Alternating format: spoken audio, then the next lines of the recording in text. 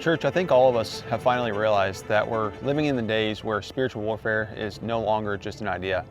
It's no longer just a thing, and it's here and it's in our own backyards. God has called us all as believers to be battle ready. And it's not just an idea, it's not just a metaphor. It means to prepare our minds and our hearts and our spirits to stand firm against the tides of evil that are constantly sweeping through our society. Look around. We're witnessing the crumbling of our nation, the crumbling of justice, the crumbling of righteousness. Our society praises what is wrong and silences ultimately what is right. Our justice system sometimes overlooks the cries of the innocent. And honestly, too often, the voices that should be the loudest is the church. But God's word tells us something different. It tells us to be like soldiers, armed with the word and guarded by truth, and to be protected by the armor of God. Ephesians 6:12, it says, for we do not battle against flesh and blood, but against the principalities, against the powers, against the rulers of the darkness. Our battle isn't against each other, it's against the dark powers trying to blind us with everything in their possession.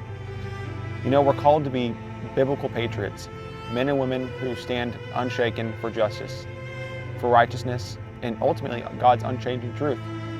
This is our responsibility, and we can't just sit down and be idle on the sidelines any longer. The walls of our society need rebuilding. Our justice system and our government need reform, and it's our job as the church, as followers of Christ, to be those walls, to be that line of defense. We need to be the thing that causes the change in our society. And even if we can't cause the change, in our justice system or the reform in our society, at least we can change the hearts and minds of individuals and show them who Christ is by what we stand for. And I think ultimately I'm asking you, and I'm asking myself, are we really, truly prepared? Are we really ready to be warriors for those who can't stand up for themselves, or to even be the ones to call out injustice, even if we might endure persecution?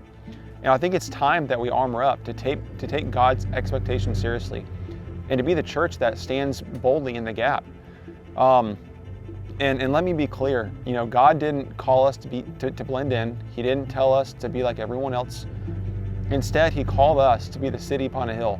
He called us to be the light that shines so brightly that darkness can't help but flee. And we're here to fight the fight, not with violence, but with truth, with prayer, and with commitment to live righteously according to God's standards, no matter the cost. The question isn't if you're a soldier. It's not if you're an American patriot or whatever else you want to be. The question is whether or not you're prepared to take your stand. Let's be that generation that rises up for God. Let's be the generation that rises up for truth and for justice. As patriots for Christ, we're to equip ourselves and our families for the times that we're facing, and to stand grounded in the faith, and ultimately to be ready for tomorrow.